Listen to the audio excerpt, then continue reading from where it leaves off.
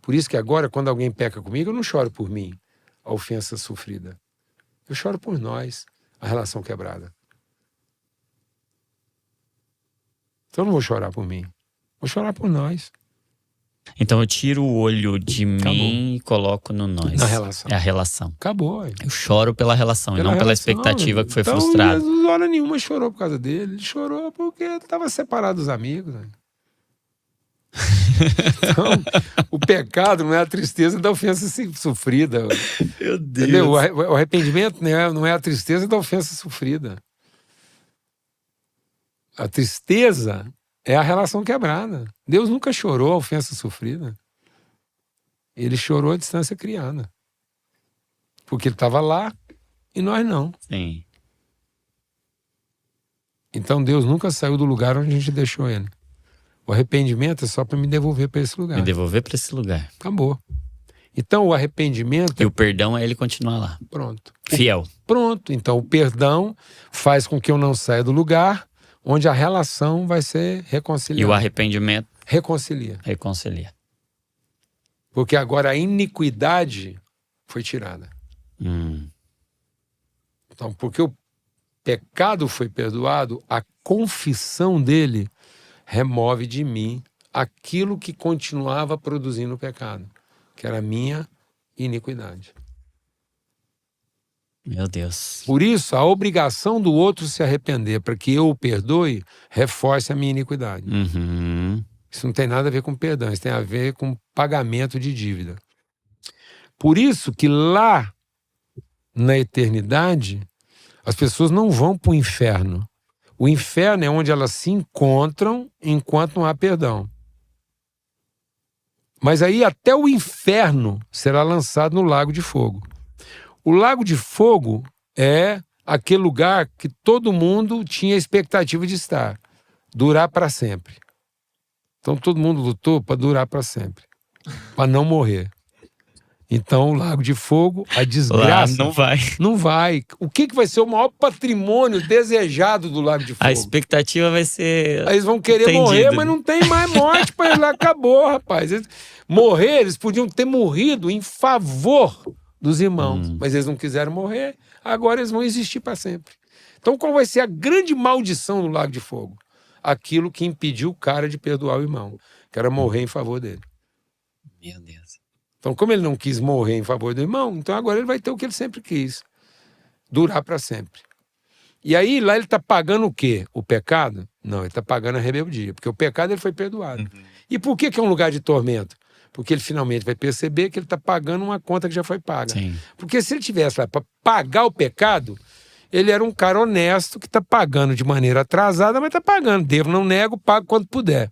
Então haveria nobreza no Lago de Fogo. Porque lá estariam os nobres que, mesmo atrasados, estão pagando a conta deles. Mas não, a desgraça lá é porque lá ninguém está pagando conta, não. Ele está só sofrendo a forma como ele se rebelou à misericórdia. Como ele foi rebelde à misericórdia, não perdoando, agora ele está pagando o preço do que ele sempre defendeu.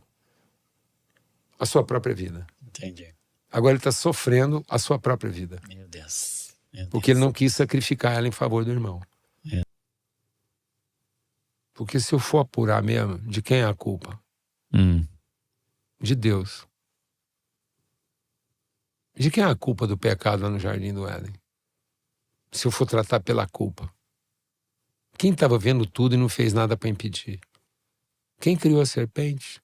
Quem criou a árvore do conhecimento do bem e do mal? Se Deus tivesse juízo, ele não tinha criado a árvore do conhecimento do mal, do conhecimento do bem e do mal. Qual a necessidade de criar um trem desse e ainda plantar lá dentro do jardim? Ele podia até ter criado, podia ter plantado fora. Então Deus é de uma irresponsabilidade gigante. Quem podia ter impedido? Quem podia ter aparecido antes da serpente? Quem podia ter escondido atrás da árvore, a hora que a serpente estivesse conversando e a Eva fosse para comer, Deus falou assim, ó... Por que Deus está deixando tudo isso acontecer? É para que eu entendesse que nem isso seria capaz de comprometer o compromisso que ele tem com a gente. O que ele fez então? Ele assumiu a culpa como quem tem responsabilidade. mas não condenou a culpa como quem tem direito. Então ele assumiu antes de tudo a culpa, porque quem ama e perdoa assume a responsabilidade antes da culpa. Isso quer dizer que, no fundo, não interessa identificar quem foi o Culpado. interessa saber quem assumiu. Responsabilidade. Acabou. Isso é Cristo. Isso é Cristo. É quem... Por isso que perdoar não é resolver as culpas. É assumir a responsabilidade do pecado do outro. Eu assumi a responsabilidade do pecado do outro antes mesmo que ele tivesse pecado. Para que o pecado dele não comprometesse a nossa relação. E aí nós estamos tratando arrependimento na base da culpa e não da responsabilidade. E a gente está achando que o perdão é para resolver a culpa. Não, o perdão é para resolver quem é que assume a responsabilidade quando há culpa. Essa era a crise do Jó.